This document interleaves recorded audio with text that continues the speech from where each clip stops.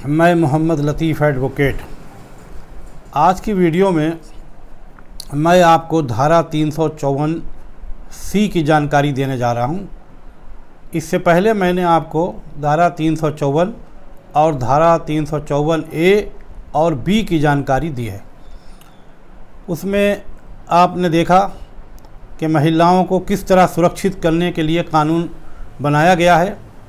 उनका शील भंग करना, उनके साथ छेड़छाड़ करना या किसी भी तरह से उनको अपमानित करना, ये आप उन धाराओं में देख चुके हैं। आज की जो धारा है वो 354C है। ये एक ऐसी धारा है कि आप सामने से महिला के साथ कुछ ना करें, आप छुप के करें, तब भी आप अपराधी हो जाएंगे। ये एक ऐसी धारा है। कोई भी महिला का पुरुष, कोई भी पुरुष हो, चाहे भले ही उसका अपना ही सगा संबंधी हो, अपना फ्रेंड हो, अपना दोस्त हो, कोई भी हो, उसकी मर्ज़ी के बिना अगर उसका कोई फ़ोटो खींचता है तो वो ऐसा अगर करता है तो वो 354C का अपराधी है। और फ़ोटो वो किस तरह से खींचता है, यानी छुप के खींच लेता है या उसकी मर्ज़ी के बिना खींच लेता है या उसकी मर्ज़ी से भी खींचता है तो अपने मोबाइल में रखता है या अपने लैपटॉप में रखता है और बाद में किसी और को वो भेज देता है, तो भी वो 354C का अपराधी हो जाता है। इसलिए किसी का भी फ़ोटो आप न खींचें। और अगर कोई महिला आपके पास फ़ोटो भेजती है तो अच्छा तो यही रहेगा कि फ़ौरन उसको आप डिलीट कर दें। और अगर आप ऐसा नहीं करते हैं और आप अपने मोबाइल में उसे रखते हैं तो वो महिला, वो लड़की किसी वक्त भी आपको फंसवा सकती है।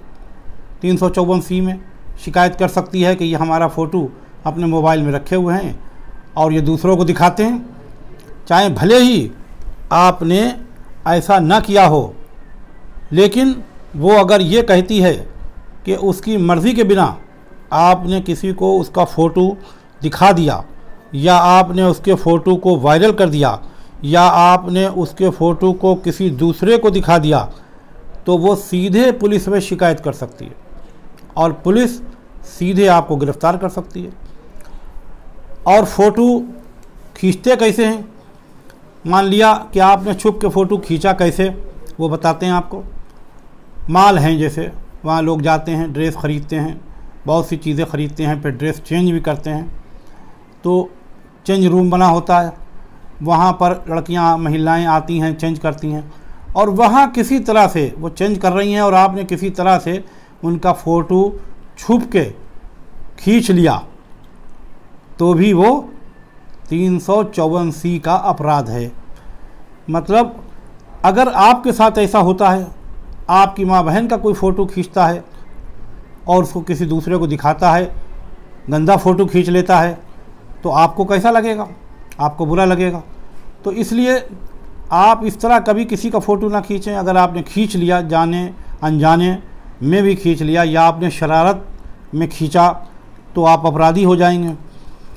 और अगर आपने उस फ़ोटो को वायरल कर दिया, यानी वायरल का मतलब कि आपने उसे फेसबुक पर डाल दिया, आपने उसे ट्विटर पर डाल दिया या आपने उसे और अपने फ्रेंड को किसी को शेयर कर दिया, भेज दिया, और अगर उस फ्रेंड ने आपके तुरंत उसकी जानकारी पुलिस को नहीं दी, तो वो भी मुल्ज़िम है।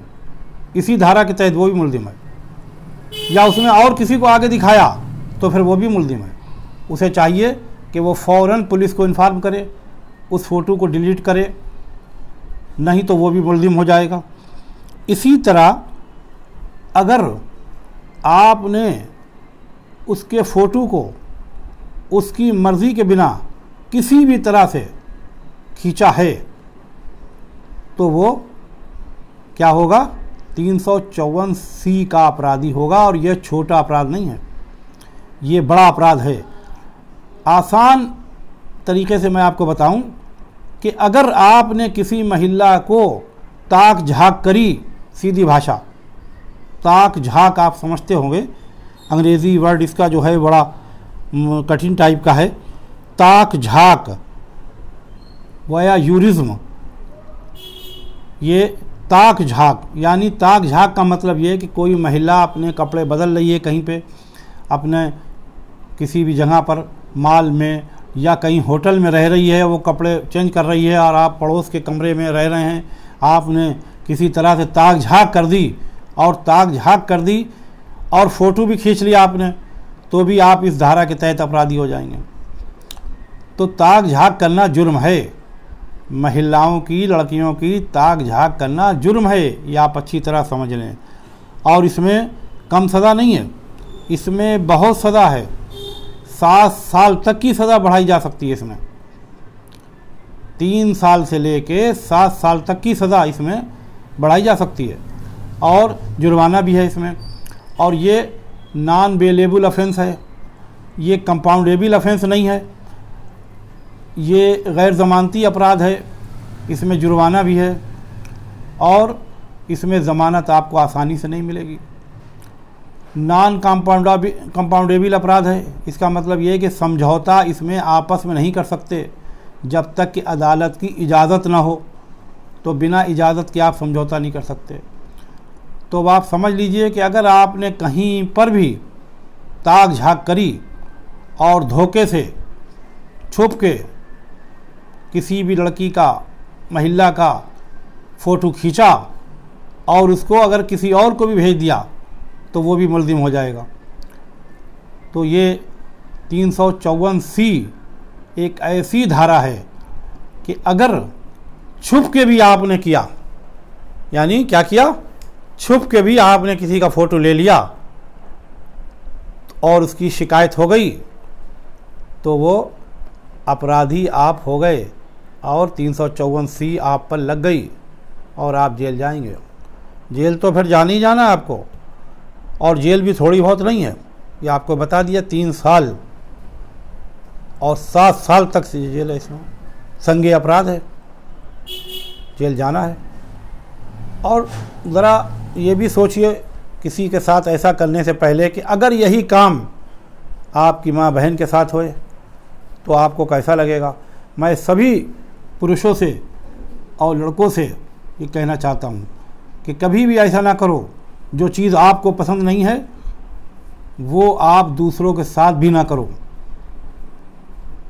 इसलिए अच्छा यही है कि महिलाओं का सम्मान करो, लड़कियों का सम्मान करो और अपराध करने से बचो।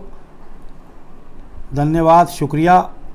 ये आपको पसंद आई हो वीडियो तो लाइक कर दें, शेयर कर दें और अपने दोस्तों को भी बताएं कि इस तरह की हरकत ना करें, किसी का छुप के फ़ोटो ना खींचें।